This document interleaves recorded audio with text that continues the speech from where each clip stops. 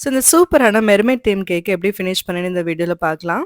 So இந்த மெர்மைடோட silicon மோல்டுன்னே வந்து கிடைக்குங்க. ஸோ அதில வந்து நம்ம லைட்டா கார்ன்ஃப்ளவர் வந்து டஸ்ட் பண்ணிட்டு, ஃபாண்டன்ட் வந்து பிரஸ் பண்ணி எடுத்தோம்னா, ஸோ அதோட இம்ப்ரஷன் வந்துட்டு சூப்பரா ஃபாண்டன்ட்ல வந்துரும்.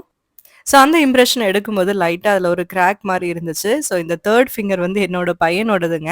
ஸோ நீங்க கேக் ஃபினிஷ் பண்ற வரைக்கும் நானும் உட்காந்து பார்ப்பேன்ட்டு கூட இருந்தாரு. ஸோ செஞ்சு முடிக்கிறது வரைக்கும் கிட்ட இருந்து ஏதாவது ஸ்டோரி சொல்லிக்கிட்டே இருந்தாரு. ஆனா இந்த பைனாப்பிள் ஃபில்லிங் வந்து வீட்லயே வந்து ப்ரிப்பேர் பண்ணியிருந்தேங்க. டர்க்கிஷ் ப்ளூல வந்துட்டு நீட்டா இந்த கேக்க ஃபினிஷ் பண்ணி எடுத்திருந்தேன். டார்க்கர் ஷேடு, லைட்டர் ஷேடு, அதோட லைட்டர் ஷேட்ன்னு 3 டிஃபரெண்ட் ஷேட்ஸ்ல வந்து ஃபினிஷ் பண்ணியிருந்தேங்க. நெக்ஸ்ட் வந்து நம்ம ஃபவுண்டன்ல செஞ்சு வச்ச எல்லாத்தையுமே வந்துட்டு நீட்டா அரேஞ்ச் பண்ணிக்கலாம்.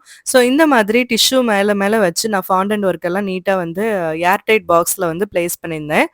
ஸோ இந்த கேக்கோட ஒர்க் வந்து எனக்கு ரொம்பவே நீட்டா இருந்ததுன்னு ஃபீல் ஆச்சு. அண்ட் இதுல எனக்கு ரொம்ப பிடிச்ச பார்ட் வந்து அந்த சிப்பிக்குள்ள ஒரு முத்து இருந்தது தாங்க.